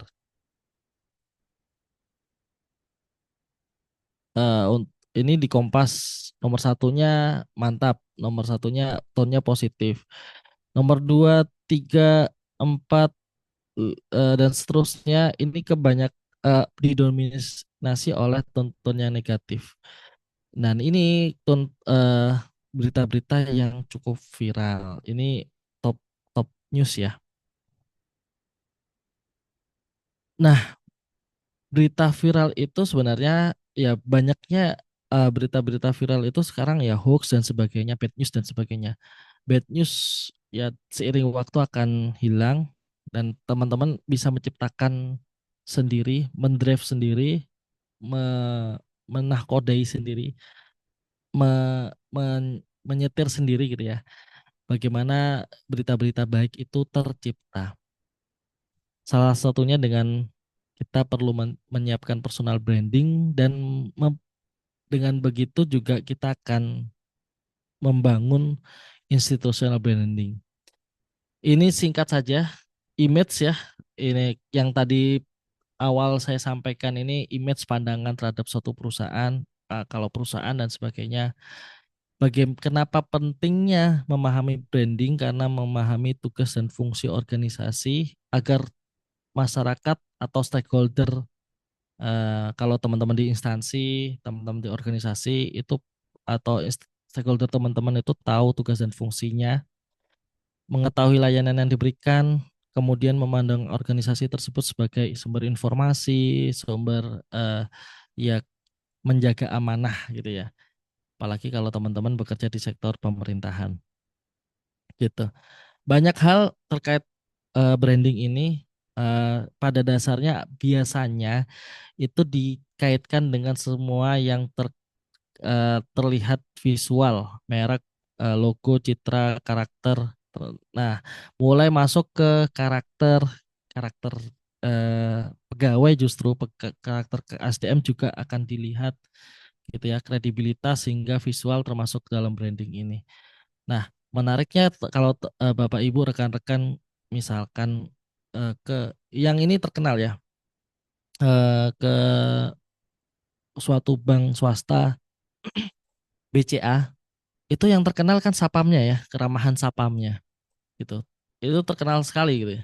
Dan ya memang BCA waktu itu memang konsennya adalah membangun citra bagaimana dia benar-benar bisa melayani bahkan di titik bahkan bukan di petugas banknya, tapi di front office dan di sapamnya. Dia yang menerima awal dan menyambut pertama kali customer dan mengantarkannya pulang. Makanya itu dibangun. Itu termasuk branding ya. Dan lembaga institusi branding ini brandingnya itu juga dipengaruhi oleh karyawan. Maka dari itu ketika branding salah satu karyawan, pegawai dan sebagainya rusak, yang rusak itu bukan karyawannya saja, tapi lembaganya. Begitu. Bagaimana meningkatkan citra baik personal dan di institusi? Pertama, sampaikan value diri, keunggulan diri, yang otentik, gak dibikin-bikin, gitu ya. Yang berintegritas, semua hal yang baik dari diri bisa disampaikan. Mas, nanti jatuhnya sombong, riak dan sebagainya, tergantung niat. Saya dulu awal kali itu posting di Instagram dengan kalau misalkan habis jadi narasumber dan sebagainya. Awal awal-awal itu susah untuk memposting. Saya juga berpikir bahwa ngapain ya saya dikit-dikit pamer, dikit-dikit eh, kalau sudah mau setelah saya kegiatan pamer dan sebagainya gitu. Saya itu justru dari dulu saya sadar betul bahwa saya jarang banget memposting kerjaan saya sebenarnya gitu ya sebagai pegawai pajak. Memang nggak cocok ya, memang nggak karena memang nggak sesuai dengan diri saya, tidak sesuai dengan keunggulan diri saya. Yang saya pamerkan, yang saya posting adalah ketika saya enjoy dan nyaman dan senang ketika menjadi penyuluh anti korupsi. Bisa sharing kepada orang lain, bisa ngobrol, bisa berbagi dan sebagainya. Nah, teman-teman juga perlu gitu. Jadi sampaikan apa yang menurut teman-teman unggul pada dirinya, menurut teman-teman hal yang mudah dan disenangi gitu ya. Yang itu bisa jadi bermanfaat, hal-hal yang baik dari kita, silakan disampaikan gitu. Dengan berintegritas gitu.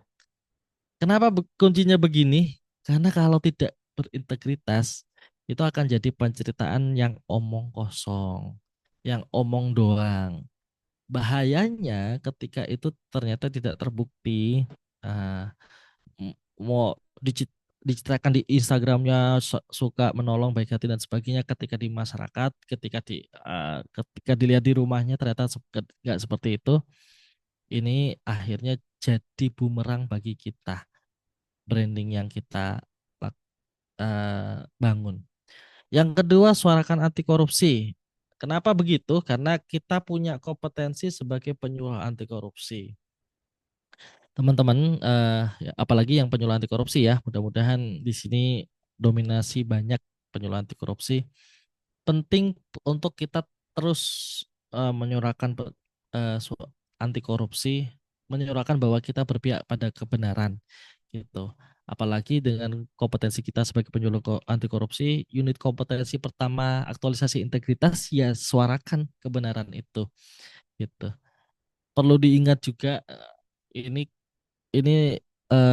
kejadian-kejadian yang hari-hari ini terjadi, mungkin ada kasus-kasus tertentu dan sebagainya.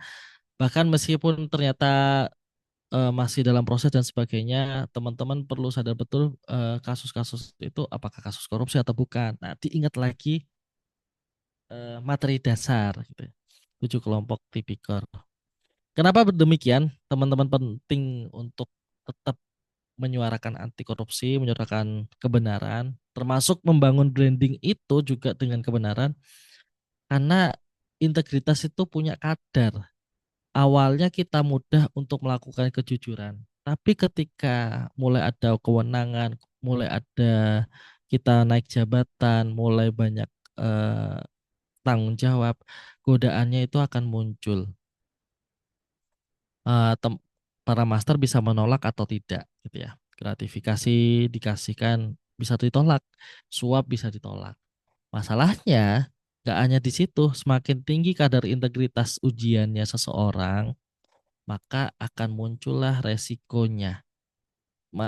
Para master, Bapak Ibu, tidak hanya digoda, tapi juga diberikan resiko. Misalkan, oh orang ini kok tidak. Nah, Pak Adi cerita persis di slide ini. Yang susah nolak ya tekanan atasan. Misalkan diberikan tekanan atasan gitu, atau diancam gitu. Diberikan ancaman dan sebagainya, ditekan dan sebagainya, di tidak diberikan hak-haknya gitu dan sebagainya. Bahkan di suatu ketika saya pernah dengar sharing dari beberapa orang diancam nyawa. Kalau saya ancaman terberatnya ketika saya pengen jujur soal daftar pengeluaran real yang benar-benar harus real tapi diminta untuk markup, memaksimalkan SPM. Pernah terjadi dulu awal-awal saya eh, men- jadi PNS. Saya maju dan ngomong tidak tidak ingin fiktif ya. Nah, itu 3 bulan saya tidak dilibatkan dalam tugas-tugas penting dalam tugas saya. 3 bulan. Gitu. Ya, saya sudah diberikan resiko. Oh, dengan kewenangannya yang seharusnya tugas saya tidak diberikan. Jadi saya semacam nganggur lah ya di kantor itu. Nggak ngapa-ngapain gitu, nggak diberikan amanah apa-apa gitu. Tapi qadarullah, Allah memberikan dari konsistensi yang saya ingin perjuangkan dulu. eh, saya sudah khawatir mau pindah ke timur karena saya dulu di Makassar ya. Saya diancamnya di situ. Kemudian saya sudah berpikir mau pindah ke timur lagi di kantor pajak yang lebih timur lagi. Tapi ternyata Allah berkata lain. Saya dipindahkan justru malah ditarik ke kantor pusat di Jakarta tahun 2019. Itu saya nggak pernah kebayang dengan resiko yang saya pernah hadapi seperti itu, resiko mempertahankan saya biar nggak menulis daftar pengeluaran yang fiktif itu, ya meskipun mendapatkan resikonya ya 3 bulan tidak diberikan job apa-apa, tusi tidak sesuai dengan tusinya, tidak diberikan perjalanan dinas kemanapun, padahal itu tugas saya gitu. Tapi ternyata Allah berkata lain. Alhamdulillah. Maaf, Nah, ini yang Master. penting waktunya ya. Mohon Sip. maaf. Sangat Ya, menarik, Master. Tapi ini waktu oke. sesinya sudah berakhir nih. Monggo Oke, dipercepat. siap. Ya. Oke, beberapa slide lagi. Begitu. Pentingnya kenapa kita perlu ini ada teori yang menyebutkan bahwa lingkungan yang baik, organisasi yang baik itu sebenarnya berasal dari seseorang yang membuat behavior, perilaku, dan perilaku ini yang ya juga didorong oleh lingkungan kantor, lingkungan organisasi dan sebagainya. Dan ini saling berkaitan. Adanya kompetensi yang dimiliki seseorang, kognitif, emosional itu berdampak kepada behavior dari organisasi, termasuk lingkungan itu bagaimana peraturannya, aturannya, kebijakannya dan sebagainya itu juga berdampak kepada person ini gitu. Maka penting sebenarnya pencitraan yang berintegritas itu. Citrakan hal yang baik dengan berintegritas. Silahkan sampaikan value dan manfaat dari apa yang Bapak Ibu bisa bagikan dengan konsisten gitu. Posting yang penting, bukan yang penting posting. Begitu intinya. Terima kasih rekan-rekan semuanya, Bapak Ibu semuanya. Mohon maaf waktunya lebih. Saya kembalikan ke Master Anna. Dipersilahkan. Terima kasih banyak. Baik, terima kasih sekali Master Mufli. Monggo kita berikan aplaus pada Master Mufli.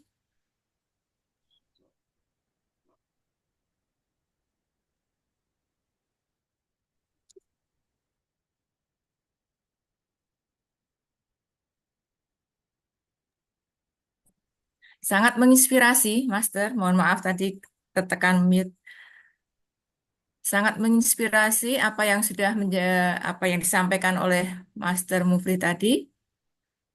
Sangat bermanfaat. Nah, yang saya garis bawahi di sini adalah persepsi kita bisa salah pada pandangan pertama, Master. Kita tahunya jelek, padahal sebetulnya dia bermanfaat ya. Kemudian kita juga terbuka wawasan kita terhadap pemanfaatan medsos itu sendiri. Jadi selama ini mungkin kita menganggap medsos itu sekedar untuk iseng, untuk apa. Dan sebenarnya itu bisa sangat bermanfaat untuk aktivitas kita, untuk apa yang tadi Master sampaikan, yaitu untuk penyuluhan ya, yang selama ini mungkin saya abaikan. Iya, terima kasih Master ya. Moga kita masih ada waktu. Sebetulnya sudah habis jam 9, tapi karena tadi mulainya juga agak mundur sedikit, mari kita buka. Mungkin dari Bapak Ibu ingin menanyakan, kita berdiskusi. Diskusi yang enak ini mari kita manfaatkan mumpung ada Master yang sangat hebat. Monggo dipersilahkan Bapak Ibu.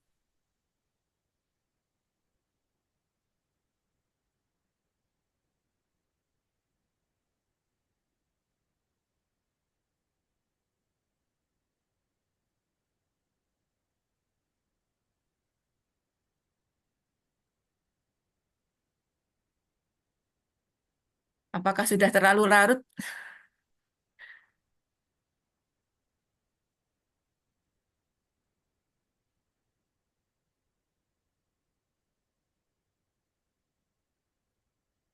Ataukah sudah sangat memahami apa yang sudah disampaikan Master Muflik tadi, Bapak Ibu? Izin Master untuk mengisi sambil teman-teman nanti bisa mengembangkannya ya. Izin Master. Monggo, Master Tato. Oke, hal yang menarik tadi disampaikan kaitannya salah satunya dengan persepsi ya.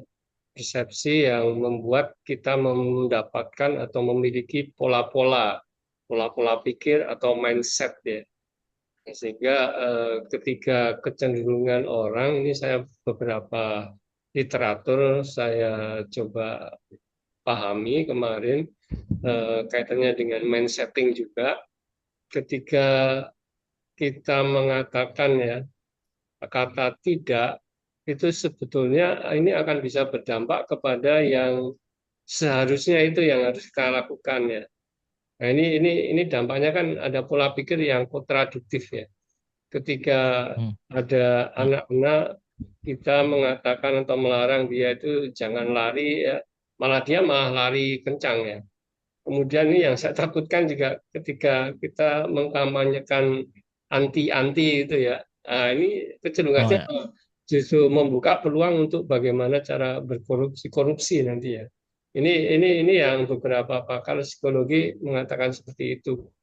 Nah, sehingga eh, kemarin saat pembentukan dari forum Paksiji ya kita tidak dari sisi yang ada kaitannya dengan anti-anti atau mungkin tidak korupsi ya. Hmm. Kita Ya. mengambil kata kunci integritas ya. Jadi sahabat Hmm. integritas. Sehingga harapannya yang Hmm. paling penting adalah mengumpulkan bagaimana menumbuhkan integritas itu bisa kita terapkan dalam perilaku sehari-hari. Nah, ini bagaimana kaitannya dengan apa yang menjadi ini ya pembahasan kita ini, Master Mufih. Apa yang harus kita lakukan ya untuk mensikapi beberapa konsep teori yang tadi. Terima kasih, Master.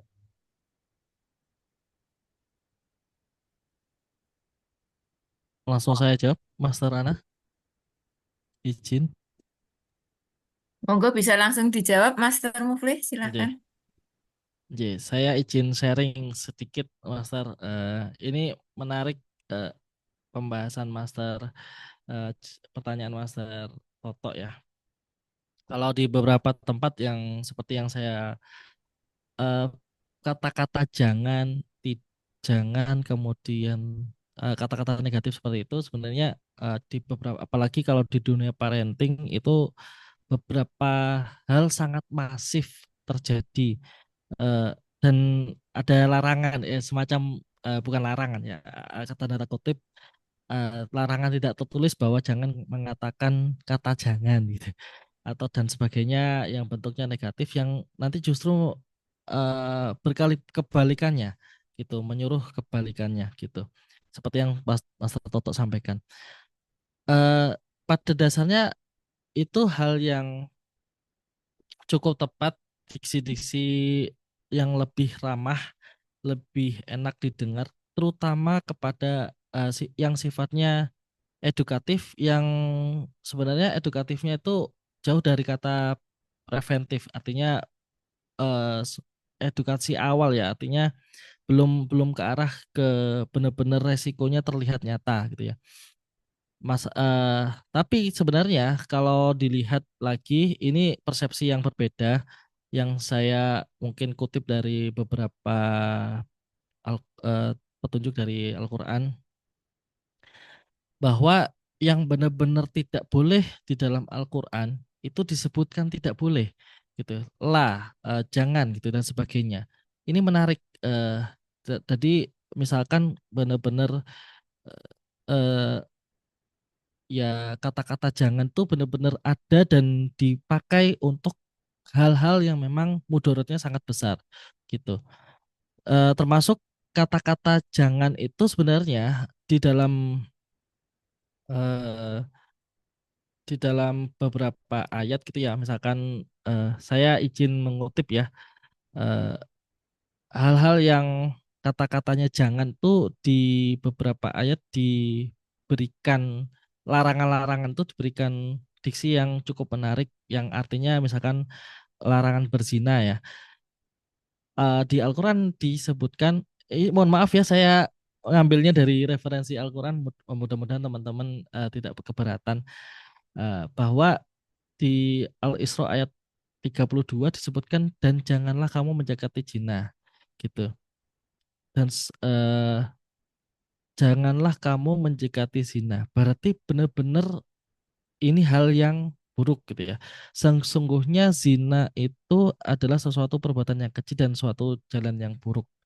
Jadi em, menurut saya beberapa penempatan-penempatan yang benar-benar resikonya benar-benar nyata, meskipun korupsi, seperti korupsi gitu ya, maka ditempatkanlah kata-kata yang benar-benar sesuai kontradiktifnya gitu, seperti anti korupsi dan sebagainya. Termasuk yang kata-kata ini, janganlah kamu mendekati zina gitu. Jadi yang terucap adalah bahkan janganlah kamu, bukan janganlah zina ya, tapi janganlah mendekati. Jadi benar-benar disampaikan betul bahwa eh, konteksnya adalah sesuatu itu tidak boleh didekati karena buruk dan perbuatannya keji gitu. Jadi ketika konteksnya resikonya itu nyata, dampaknya nyata, boleh sebenarnya itu disampaikan benar-benar gitu. Jadi perlu diberikan kontekstualisasi gitu. Kalau cuman jangan zina, misalkan jangan zina atau jangan dekati zina, tanpa dikasih tahu resikonya apa, kemudian apa dampaknya dan sebagainya, mungkin yang terjadi adalah seperti yang Mas Toto sampaikan gitu. Dan yang terjadi misalkan jangan main kemalaman gitu ya, jangan main maghrib-maghrib gitu. Anak sampai di situ nggak tahu kenapa kok saya nggak boleh main maghrib, itu apa alasannya, dan itu yang jarang diungkapkan misalkan ke anak-anak gitu ya. Tidak banyak alasan konkret disampaikan ke anak-anak kenapa tidak boleh ini, tidak boleh itu begitu. Jangan jangan main panas-panasan gitu, jangan main siang-siang panas gitu. Kenapa dampaknya panas itu ke anak-anak itu apa gitu? Karena itu biar membuat mereka tahu betul bahwa di di balik kata jangan itu akan ada resiko, akan ada bahayanya, akan ada dampaknya pada dirinya gitu. Sehingga pemilihan kata jangan sebenarnya menurut kata di beberapa konteks di pelarangan itu menurut saya diperkenankan gitu ya. Tapi dalam konteks branding ya kayak semacam nama dari instansi sahabat integritas itu benar-benar menurut saya ya sesuatu yang tepat, karena kalau anti korupsinya dicantolin gitu ya, justru yang terbayang adalah ya semacam KPK ya. Kalau kalau KPK kan jelas tusinya adalah memberantas korupsi. Kelihatan betul Komisi Pemberantasan Korupsi. Kalau di sahabat integritas Jogja kan yang akan dibangun adalah dia adalah sahabat, teman, rekan yang senantiasa mengingatkan untuk senantiasa berintegritas gitu. Jadi jangan sampai jauh dari korupsi, ya jangan belum belum kelihatan korupsinya ya integritas yang sudah ada itu dijaga, dibangun dan sebagainya. Dan ini kan yang value yang akan dibangun oleh Pak Siji ya. Menurut saya ini sesuatu hal yang pas kalau dibawanya di arah eh, branding dalam organisasi. Begitu kira-kira Mas Tertoto gitu ya. Kecuali memang semacam kayak KPK yang memang tusinya adalah memberantas korupsi. Jadi memang disebutkan nyata-nyata Komisi Pemberantasan Korupsi. Begitu. Ya, Master setuju sekali. Jadi intinya konsep teori psikologi itu perlu dijelaskan lagi ya, terutama dampak Iya, risikonya. Dan betul. tadi saya baru terinspirasi tadi dengan perbandingan di ayat Al-Quran, kan ada banyak itu eh, pelarangan-pelarangan yang tegas, tetapi dengan Betul. catatan tadi ya, ada dampak Betul. risiko negatif itu betul-betul dijelaskan. Terima kasih, Betul. Mas. Terima kasih, Master Toto. Kemudian ini dari kolom chat ada pertanyaan dari Ibu Mulyati, Master Mulyati. Posting yang penting, kriteria penting itu apa saja ya? Pertanyaan Oh, mengatakan nggih. Master Mufli, monggo. Nggih. Matur nuwun Bu Mulyati, matur nuwun Bu Ana, sudah dibacakan. Eh, kalau saya sebenarnya melihat penting atau enggaknya itu posting ini itu bermanfaat enggak sih buat orang lain gitu ya. Suatu ketika saya pernah merasa bahwa ketika memposting sesuatu kegiatan penyuluhan anti korupsi saya itu sebenarnya nggak ada penting-pentingnya dan nggak ada manfaat-manfaatnya. Ya saya garis bawahi manfaat ya. Jadi kriteria saya ini kriteria yang saya bikin sendiri. manfaat gitu ya. Jadi karena ya dawuhnya Gusti Allah itu sebaik-baiknya kamu adalah orang yang bermanfaat. Maka yang saya catut adalah manfaatnya. Jadi ketika saya berada, saya menjadi penyuluh anti korupsi, maka saya harus bermanfaat. Masalahnya ketika saya pernah posting sesuatu kegiatan-kegiatan saya, itu mikir manfaat enggak sih buat buat orang lain. Saya posting kegiatan yang sudah dulu gitu ya. Buat apa gitu ya. Nah, itu terjawab setelah beberapa saat kemudian. Di suatu ketika ternyata saya tiba-tiba dihubungi oleh kantor di Madiun, di kantor Bea Cukai di Madiun. Eh, Kantor Bea Cukai Madiun ingin menyalakan Kordia, tapi dengan cara berbeda karena tidak ingin ceramah lagi. Dan melihat postingan saya itu pernah ada main board game KPK mau dibantu, dan melihat bahwa saya membawakan materi anti korupsi dengan board game, maka minta hal yang Mas, saya cari-cari di Instagram. Kemudian mereka ya, saya tanyain, kenapa kok bisa nemuin saya dan kenapa saya diundang gitu. Padahal saya ya sudah di Sleman, terus kok tiba-tiba diundang, kok jauh banget ngundangnya gitu loh. Toh di Jawa Timur banyak penyuluh anti korupsi Mas gitu.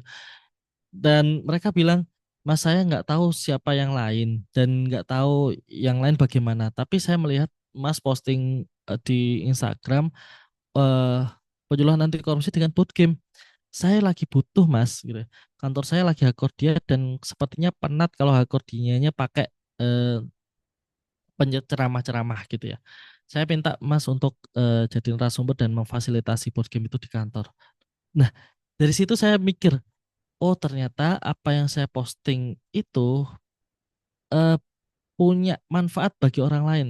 Iya, kantor yang mana yang membutuhkan, kemudian ternyata dari kompetensi yang kita miliki, dari keunggulan yang saya punya, kemudian saya bisanya apa, itu ternyata bisa bantuin orang lain loh, gitu ya. Bisa bantu dan bermanfaat bagi orang lain. Ketika kita benar-benar menyampaikannya, ya niatannya mudah-mudahan sih ketika saya informasikan kegiatan saya penyuluhan, orang lain itu mendapatkan manfaatnya, minimal terinspirasi dan minimal tahu semangat saya untuk melakukan perlawanan terhadap korupsi gitu. Nah, delalah ternyata ternyata di balik itu banyak kegiatan-kegiatan berikutnya itu banyak hal bermula dari media sosial saya gitu. Termasuk eh, ya kalau dicari-cari misalkan, mohon maaf ya saya lagi pekerjaan saya sekarang gitu ya, talent mapping, kemudian konsultan karir, itu sebenarnya dari cerita-cerita saya bagaimana menemukan karir saya saat ini. Ya, karir sebagai pengajar, trainer, konsultan, coach, yang itu saya banget yang berkebalikan dengan saya yang dulu yang di bidang administrasi perpajakan, yang bagi saya memang saya sendiri orangnya tidak telitian, ceroboh, kemudian tidak terlalu suka banyak angka yang ngotak-ngotak gitu ya, angka keuangan gitu ya. Bagi saya selalu ada salah gitu di situ dan membebani teman-teman saya. Ya, akuntansi bagi saya juga memberatkan. Nah, akhirnya saya posting sesuatu hal, cerita bagaimana saya memulai karir baru ini, cerita bagaimana saya menemukan keunggulan diri saya menggunakan talent mapping dan sebagainya. Jadi dari situlah ketemu dengan rezeki-rezekinya gitu. Nah, itu yang nggak pernah saya sangka sebelumnya. Oh, ternyata berdampak ini, bermanfaat ini ketika kita benar-benar serius untuk membangun citra diri. Dan nggak hanya saya yang terbantu, gitu ya. Mungkin kalau didengar kayaknya itu memang untuk mencari penghasilan aja, Mas Tertoni. Tapi yang kontak saya dan melakukan penyuluhan kepada kontak saya, konsultasi saya, ya mereka juga merasa terbantu dengan kondisi yang mungkin cerita saya sama dengan mereka. Saya diminta untuk memberikan saran, masukan terkait karir mereka dan sebagainya gitu. Jadi ya so far sebenarnya kalau penggunaan media sosial kita tepat, insya Allah akan mendatangkan kebaikan-kebaikan kepada diri kita dan orang lain. kemungkinan begitu sih. Jadi manfaat kalau kriteria saya ya manfaat. Kalau tidak bermanfaat seperti prank-prank gitu ya, hal-hal yang bohong dan sebagainya, yaitu saya nggak pernah ada di pikiran saya untuk posting gitu. Makasih, Master. Terima kasih Bu Mulyati. Terima kasih Master Muflih. Wah, ini rasa-rasanya waktu 1 jam kurang, Pak Toto, Master Toto. Karena kita terkesima dengan materi yang luar biasa ini, kita mendapatkan materi dari ternyata seorang asesor KPK ini, Pak Master Muflih ini, yang sekarang berdomisili di Sleman. Sangat bangga kami dari Pak Siji. Saya juga bangga jadi bagian dari Pak Siji, Bu. Ada anggota Master Muflih. Eh, karena waktu jualah kita akhiri untuk materi yang sangat luar biasa ini di Denmas Base sesi atau episode 5. Untuk itu, waktu kami kembalikan ke MC Master Joe. Monggo dipersilahkan. Terima kasih kepada Master Muflih. Terima kasih Bu Ana sudah menemani. Terima kasih teman-teman semuanya, rekan-rekan. Terima kasih juga. Baik, terima kasih Master Ana Krismanawati ya, yang telah menjadi moderator menemani diskusi kita malam hari ini.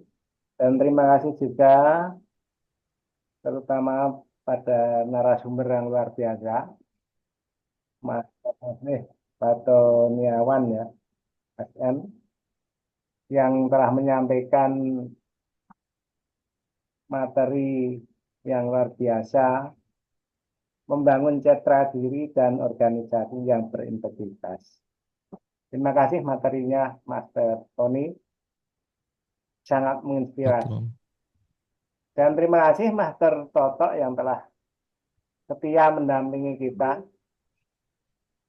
telah menjadi keynote speaker tadi, sudah mengisi keynote speaker ya, dan mendorong pada kita untuk tetap konsisten dalam tugas di Pak Siji. Terima kasih semuanya yang telah hadir dalam diskusi malam hari ini. Mudah-mudahan hadirin semua tetap konsisten juga mengikuti acara Denmas Bay berikutnya. Denmas Bay berikutnya kan bulan November. Jadi acara Denmas Bay ini terprogram setiap bulan. Dan mudah-mudahan ini Denmas Bay yang kelima akan dilanjutkan Denmas Bay yang ke-6. Kita nanti bergulir dapat tugas lagi yang bidang Dimas. Insya Allah kita bisa memberikan yang lebih maksimal, lebih baik, lebih menarik lagi. Mudah-mudahan acara Denmas Bay ke depan juga akan semakin baik dan konsisten, tetap bisa tayang setiap bulannya. Demikian yang bisa kami antarkan. Mohon maaf, saya sebagai MC tentu saja banyak kekurangannya. Saya mohon maaf. Dan tadi waktu mulai 20 audien, sekarang tadi sampai maksimal 32. Dan terima kasih tadi dari Master Fikih ya, dan Master Sandri juga hadir dan menyimak juga. Terima kasih luar biasa. Kita selalu didampingi. Demikian, Master semua, mungkin waktu sudah lebih dan tidak terasa. Diskusi kita ternyata tidak membosankan Master Tony. Tapi karena waktu juga yang harus mengakhiri kita sampai di sini. Baik, untuk itu acara Demas Day yang kelima kita akhiri sampai di sini. Kita akhiri, mari kita tutup dengan bacaan hamdalah semuanya. Alhamdulillahirabbil alamin. Alhamdulillahirrahmanirrahim. Terima kasih. Wassalamualaikum warahmatullahi wabarakatuh. Boleh. Waalaikumsalam Waalaikumsalam warahmatullahi warahmatullahi wabarakatuh. Terima kasih Master semuanya. Matur nuwun Master semuanya. Terima Oke, kasih selamat banyak. malam. Selamat malam, Selamat atur malam, nuwun. atur Ini nuwun. sukses Bagus untuk semuanya. Seksi Sukses Humas. nggih. Yeay. Tes Sukses kita Mas. Terima kasih Master Terima kasih semuanya.